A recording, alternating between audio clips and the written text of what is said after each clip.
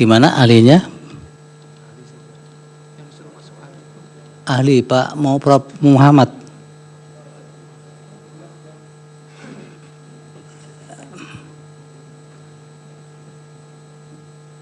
Silakan Prof. Ini. Waktunya 20 menit sudah dengan tanya jawab, 10 menit untuk paparan.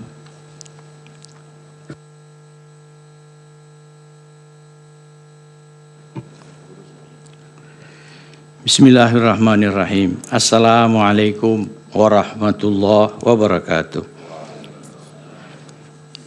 Selamat siang, salam sejahtera untuk kita semua.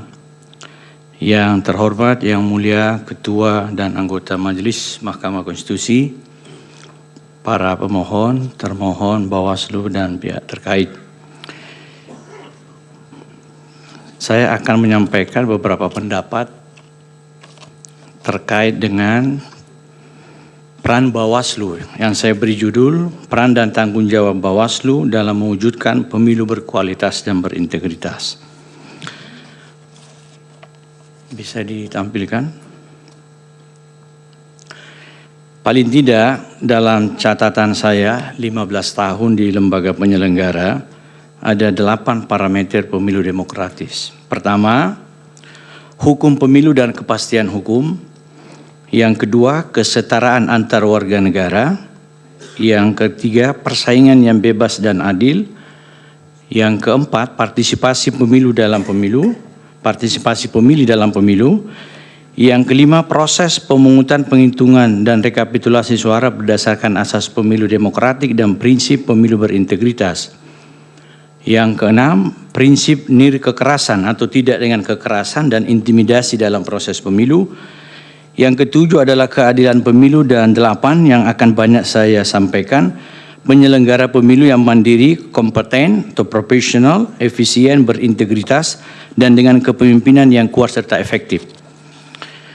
Kita mengetahui di negara kita ada 3 lembaga penyelenggaraan pemilu yang posisinya setara, KPU, Bawaslu, dan DKPP. Kalimat undang-undangnya persisnya mengatakan bahwa KPU, Bawaslu, dan DKPP adalah satu kesatuan penyelenggaraan fungsi pemilihan umum. Maknanya, keberhasilan penyelenggaraan pemilu menjadi tanggung jawab kolektif 3 lembaga penyelenggara pemilu. Di undang-undang yang sama ditegaskan juga bahwa pemilu dilaksanakan oleh suatu komisi pemilihan umum yang bersifat nasional, tetap, dan mandiri. Ada 4 indikator penyelenggara pemilu yang mandiri atau independen.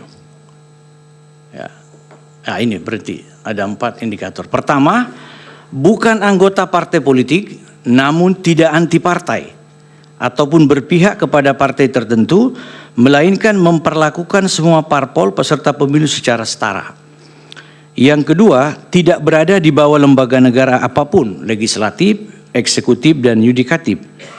Yang ketiga, melaksanakan tugas dan kewenangan tidak di bawah tekanan, paksaan, dan intimidasi dari siapa atau lembaga manapun dalam bentuk apapun.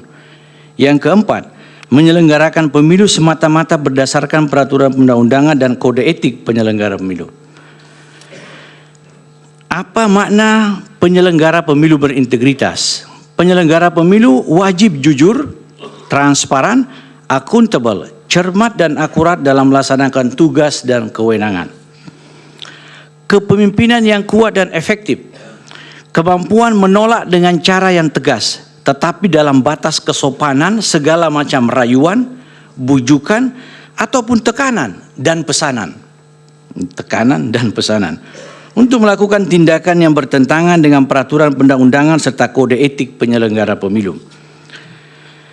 Yang mulia Majelis Konstitusi yang saya hormati, pembuat undang-undang dan masyarakat terlalu tinggi ekspektasinya kepada badan pengawas pemilu dengan indikator seperti ini. Pertama, Bawaslu mengawasi seluruh tahapan